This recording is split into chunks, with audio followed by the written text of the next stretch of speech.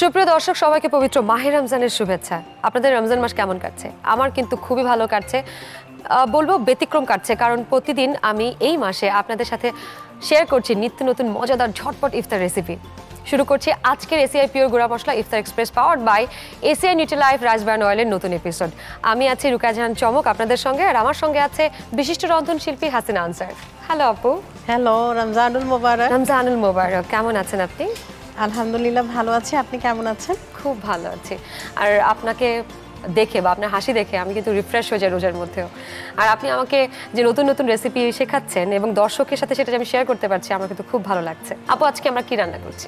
আজকে আমি খুবই মজাদার একটি ইয়ামি রেসিপি তৈরি করে দেখাবো। আমার রেসিপির নাম হচ্ছে বিফ কুলফি কাবাব। আচ্ছা, আমরা কি কি উপকরণ ব্যবহার করছি? আমরা ব্যবহার করছি, আমাদের মেন উপকরণ হচ্ছে বিফ।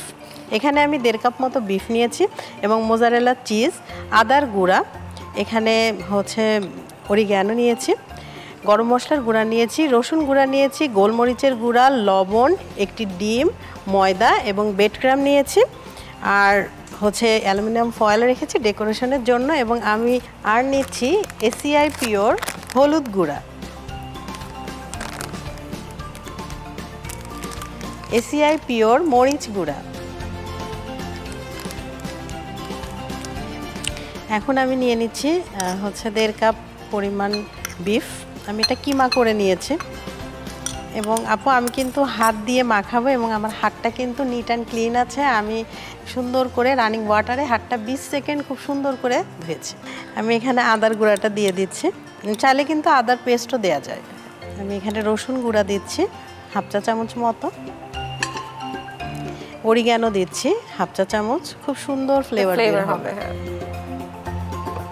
গরম মশলার গুঁড়াটা দিচ্ছি 1/2 চা চামচ, এবং গোলমরিচ গুঁড়াটাও দিচ্ছি আমি 1/2 চা চামচ মতো, লবণ দিচ্ছি পরিমাণ মতো, মানে স্বাদ অনুযায়ী। আর এখন দিব আমি এসিআই পিওর হলুদ গুঁড়া। ওদের হলুদ গুঁড়া, মরিচ গুঁড়া, এগুলোর কালার এত সুন্দর, মানে অল্প দিলেই খুব সুন্দর কালার চলে আসে, খুব সুন্দর কালার চলে আসে।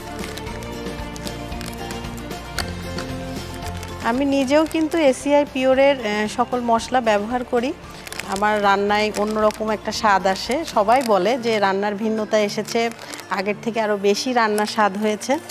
তো আমি এসিআইয়ের মানে প্রতিটা প্রোডাক্টই ইউজ করি। আমি এখন হাত দিয়ে এটা সুন্দর করে মাখাবো। আমি ওটাই বলছিলাম যে হাতে মাখার বিষয়টাকে আমার খুব অথেন্টিক মনে হয়, যে একদম ঠিকঠাক প্রেসারে ঠিকঠাকভাবে মশলাটা মাখানো যায়। আচ্ছা, আমি একটু ময়দা দিয়ে নিচ্ছি বাইন্ডিংয়ের জন্য, কারণ আমরা কিন্তু এখানে যাতে ভেঙে না যায় এগুলো ইউজ করছি না, ডিম ইউজ করছি না, একদমই না। এই তো হয়ে গিয়েছে, বেশি ঝামেলা নেই, একদম অল্প উপকরণ দিয়ে খুবই হেলদি একটি রেসিপি। আমি এখন সবার প্রিয় মোজারেলা চিজ, মানে বাচ্চারা যেমন পছন্দ করে বড়রাও, তো এটা আমি একটু কাটবো।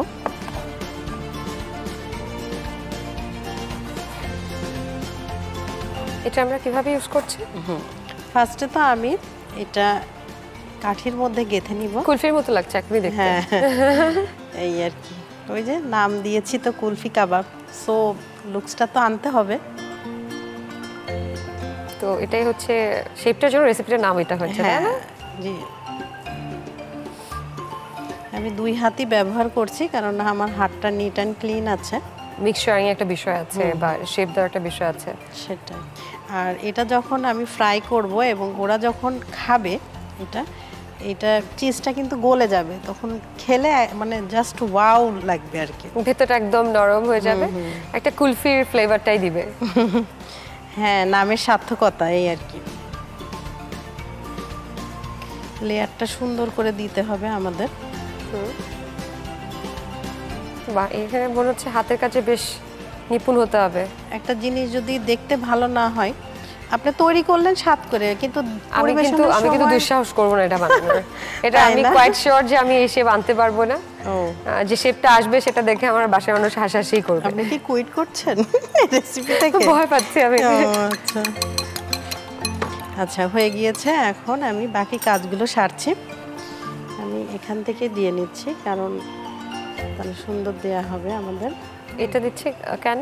এটা বাইন্ডিংয়ের কাজ করবে, কারণ আমরা হচ্ছে এখন ডিমে এটাকে হচ্ছে চুবিয়ে তারপর ব্রেড ক্রামে আমরা গড়িয়ে তারপর ফ্রাই করব, এই জন্য আর কি। আমরা কি ডিপ ফ্রাই করছি এটা? হ্যাঁ, অবশ্যই ডিপ ফ্রাই করছি। হ্যাঁ, আমরা ACI Nutrilife rice bran oil দিয়ে ফ্রাই করব। আমরা ইউজ করছি ACI Nutrilife rice bran oil, যেটাতে ডিপ ফ্রাই করলেও আপনাদের ব্যবহারে আপনাদের স্বাস্থ্যগত ক্ষতির কোনো চিন্তা করতে হবে না। আমি কিন্তু প্রায় বলে থাকি, এটা যতবারই ডিপ ফ্রাই করতে আমরা এটা ব্যবহার করি ততবারই আমি এটা বলি যে আমরা ডিপ ফ্রাই খেতে ভয় পাই, কোলেস্টেরলের যাদের সমস্যা আছে, এটা বরঞ্চ এটাতে যে গামা অরিজিনাল থাকে সেটা আপনাদের ক্ষতিকারক কোলেস্টেরলকে প্রতিরোধ করতে সাহায্য করবে এবং এটার স্মোক পয়েন্ট অনেক হাই, সো ডিপ ফ্রাই করলেও ক্ষতির সম্ভাবনা নেই। আমরা এখন এটা ভাজবো ডুবো তেলে। ভাজবো ডুবো তেলে। হ্যাঁ, গরম কিন্তু হয়ে গিয়েছে তেলটা। দর্শক, গল্প এবং আড্ডায় জমে উঠেছে আমাদের আজকের কিচেন। একটু ছোট্ট বিরতি নিচ্ছি, বিরতির পরে আবারও ফিরে আসবো এসিআই পিওর গুঁড়া মশলা ইফতার express powered by ACI Nutrilife rice bran অয়েলের কিচেনে।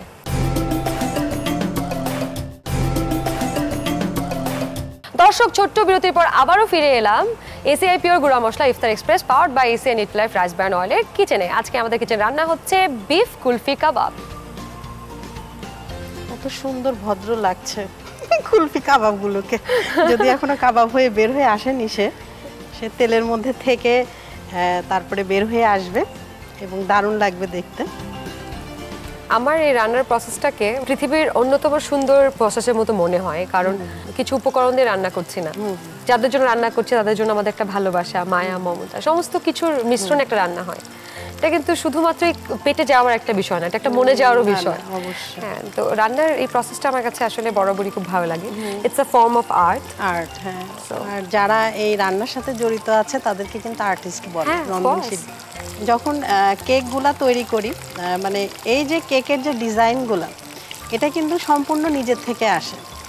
মনের মাধুরী মিশিয়ে আমরা যখন কেকটা তৈরি করার পরে সেটা যখন হচ্ছে গ্রাহকের কাছে চলে যায় এবং তারা যখন গুড রিভিউটা দেয়, ওখানে কিন্তু আমাদের সার্থকতা। এই যে রাত জেগে দিন জেগে আমরা ডেকোরেশনগুলো করি, এগুলো তো আমাদের আত্মতৃপ্তি, তাই না? যে না, আরও সুন্দর করে কিভাবে করব। তো রান্নাটাও ঠিক তেমন, মানে যত সুন্দর করে করা যায় তত ভালো লাগে। ওয়াও, খুব সুন্দর কালার চলে এসছে। আমি এটা উঠিয়ে ফেলছি। খুব সুন্দর ঘ্রাণ বের হয়েছে। ঝটপট ইফতার রেসিপি হিসেবে বাচ্চাদের জন্য খুব লুক্রেটিভ একটা খাবার এটা। একদম।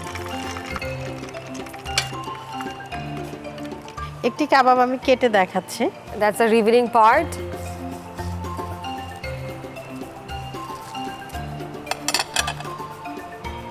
এই যে কেটে দেখালাম। এটা থাক এভাবে। আচ্ছা, আমি আবার এটার মধ্যে গেঁথে দিচ্ছি।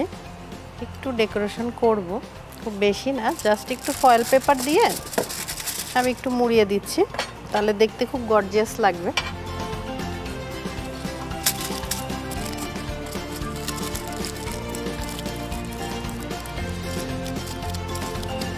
আপু, আপনার জন্য কিন্তু রেডি হয়ে গেছে কুলফি কাবাব। এখন আমরা সার্ভ করব। তৈরি হয়ে গেল আমাদের মজাদার বিফ কুলফি কাবাব। কি সুন্দর ঘ্রাণ। দর্শক, আমাকে এই মজাদার রেসিপিটা ট্রাই করতে হলে অপেক্ষা করতে হবে ইফতার পর্যন্ত, যেটা কিনা খুব কষ্টকর একটা প্রসেস হবে আমার জন্য। থ্যাংক ইউ সো মাচ আপু, এত সুন্দর মজাদার একটা রেসিপি আমাদের সাথে শেয়ার করার জন্য। আপু, অনেক ধন্যবাদ, এবং এসিআই পিওরকে ধন্যবাদ, আর টিভিকে ধন্যবাদ। আর দর্শক, আপনারা অবশ্যই আমার এই রেসিপিটি ট্রাই করবেন। এসিআই পিওর গুঁড়া মশলা ইফতার express powered by ACI Nutrilife rice bran oil. আজকের হেলথ টিপস। রমজান মাসে রোজার সময়ে সুস্বাস্থ্যের জন্য মিষ্টি জাতীয় খাবার কম খেতে হবে। তার বদলে বিভিন্ন মৌসুমী ফল যেমন আনারস, মাঙ্গি, পেয়ারা, কমলা, কলা, পেঁপে, তরমুজের মতো ফল ইফতার মেনুতে রাখা যেতে পারে। সুপ্রিয় দর্শক, আজকে আমাদের কিচেনে রান্না হলো বিফ কুলফি কাবাব। আমি কিন্তু আমার পরিবারের সবাইকে চমকে দিতে এই রেসিপিটি ট্রাই করব, আপনারাও ট্রাই করতে ভুলবেন না। আজকের মতো শেষ করছি এসিআই পিওর গুঁড়া মশলা ইফতার express powered by ACI Nutrilife rice bran অয়েলের এই এপিসোডটি। আগামী এপিসোডে দেখা হবে আগামীকাল ঠিক একই সময় আর টিভির পর্দায়। ততক্ষণ পর্যন্ত ভালো থাকুন, সুস্থ থাকুন, আর টিভির সঙ্গেই থাকুন।